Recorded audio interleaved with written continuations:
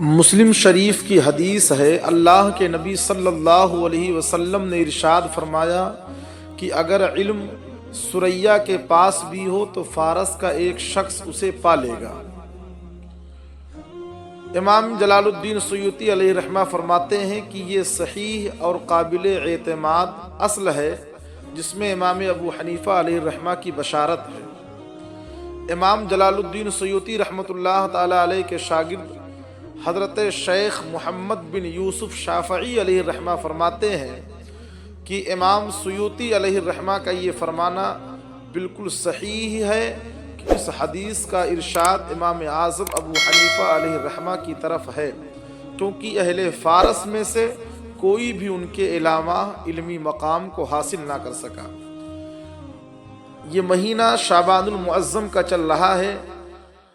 2 تاریخ شعبان کی حضرت سیدنا امام اعظم ابو حنیفہ رحمۃ اللہ تعالی علیہ کے وصال کی تاریخ ہے۔ حضرت امام اعظم ابو حنیفہ رحمۃ اللہ تعالی علیہ کون ہیں؟ یہ تابعی بزرگ ہیں، بہت سے صحابہ کرام کی زیارت کی ہے اور اس دنیا میں اکثر تقلید کرنے والے حضرت امام اعظم ابو حنیفہ علیہ الرحمہ کے ہی پائے جاتے ہیں جو تقلید کرتے ہیں۔ ایک بزرگ ہیں جن کا نام خواجہ باقی باللہ علیہ الرحمہ ہے۔ یہ ایک حدیث کا مطالعہ کر رہے تھے اور یہ حدیث بار بار پڑھنے میں آئی کہ جو شخص سورہ فاتحہ نہیں پڑھے اس کی نماز نہیں ہے۔ آپ کے ذہن میں سوال پیدا ہوا کہ حدیث کو چھوڑ کر ائمہ کے پیچھے لگ جانا یہ کون سا اسلام ہے؟ آئندہ جب بھی نماز پڑھوں گا سورہ فاتحہ ضرور پڑھوں گا۔ جب آپ نے ارادہ کیا تو اچانک عالم رویا میں امام اعظم علیہ الرحمہ تشریف لائے اور فرمایا، خواجہ صاحب اگر آپ جیسے بزرگوں کا یہ حال ہے تو عوام کا کیا حال ہوگا؟ امام اعظم علیہ الرحمہ نے خواجہ باقی باللہ سے سوال کیا کہ جس کی نماز نہ ہو وہ ولی ہو سکتا ہے؟ تو خواجہ باقی باللہ نے جواب دیا کہ وہ ولی نہیں ہو سکتا ہے۔ اس پر امام اعظم علیہ الرحمہ نے فرمایا، خواجہ صاحب جب بغیر فاتحہ نماز نہیں ہوتی اور بغیر نماز کے کوئی ولی نہیں ہو سکتا، اور یہ بھی ظاہر ہے کہ میرے مسلک پر عمل ہو کر 1 2 نہیں 10 20 نہیں 100 200 نہیں بلکہ ہزاروں اولیاء ابدال غوث اور قطب ہو گئے تو وہ کیسے ہوئے؟ حالانکہ میرے مسلک کے پیروکار امام اعظم علیہ الرحمہ کے پیچھے سورہ فاتحہ نہیں پڑھتے ہیں۔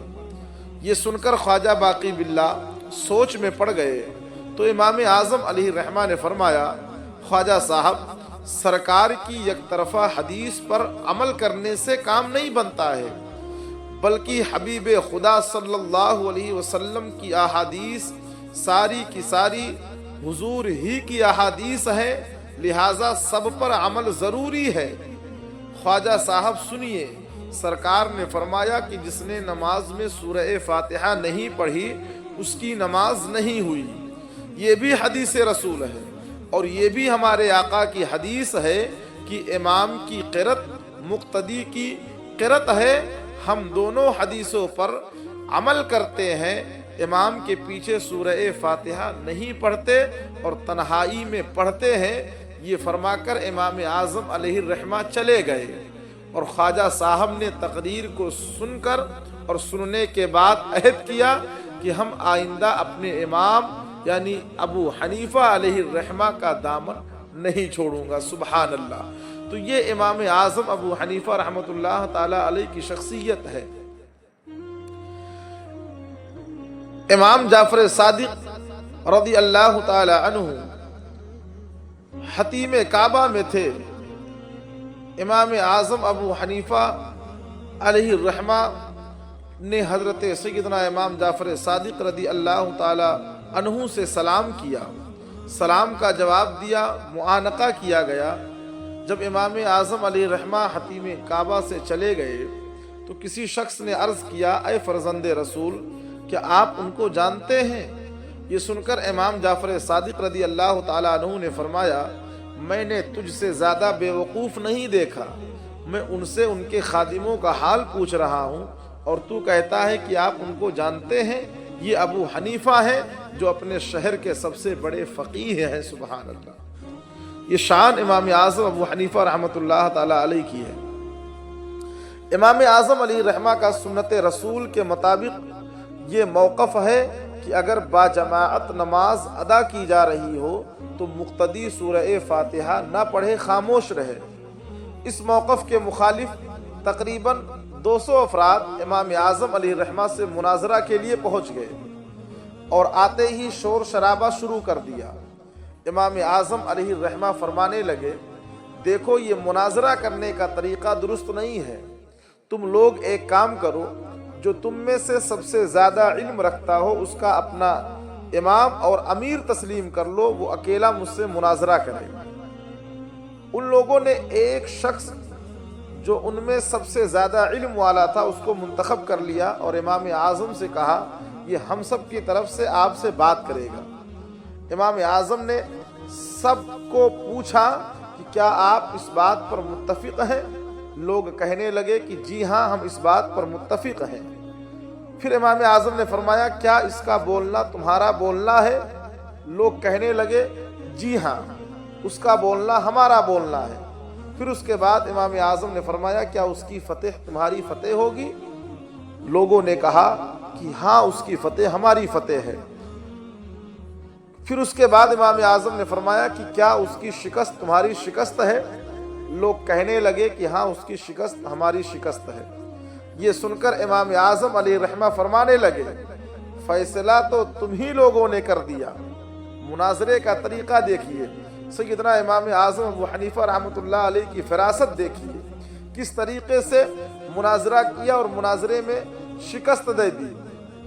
فرماتے ہیں کہ فیصلہ تو تم ہی لوگوں نے کر دیا، ہم بھی تو یہی کرتے ہیں کہ جو ہم میں سب سے زیادہ علم والا ہوتا ہے اسے منتخب کر کے مصلح امامت پر کھڑا کر دیتے ہیں، اس کا سورہ فاتحہ پڑھنا، ہمارا سورہ فاتحہ پڑھنا، اس کی قرأت ہماری قرأت ہے۔ امام اعظم علیہ الرحمہ کا یہ جواب سن کر وہ تمام لوگ خاموش ہو کر روانہ ہو گئے، دنگ رہ گئے۔ اللہ اکبر، یہ امام اعظم ابو حنیفہ رحمۃ اللہ علیہ کی شان ہے، بغیر قرآن و حدیث کا سہارا لیے ہوئے اور اپنی فراست سے ایسا جواب دیا کہ لوگ لرزہ برندام ہو گئے، سب کے سب وہاں سے چلے گئے۔ تو یہ امام اعظم ابو حنیفہ رحمۃ اللہ تعالی علیہ کی شان و عظمت ہے۔ تو 2 شعبان کو حضرت کا وصال ہے، اس تاریخ میں آپ فاتحے کا اہتمام کریں، حضرت کے نام وصال ثواب کریں اور فیضان و برکات و لمعان حاصل کریں۔ اللہ تبارک و تعالی ہم سبوں کو بزرگوں سے محبت کی توفیق و رفیق عطا فرمائے اور مسائل شرعیہ کو سمجھنے کی توفیق عطا فرمائے۔ السلام علیکم ورحمۃ اللہ تعالی وبرکاتہ۔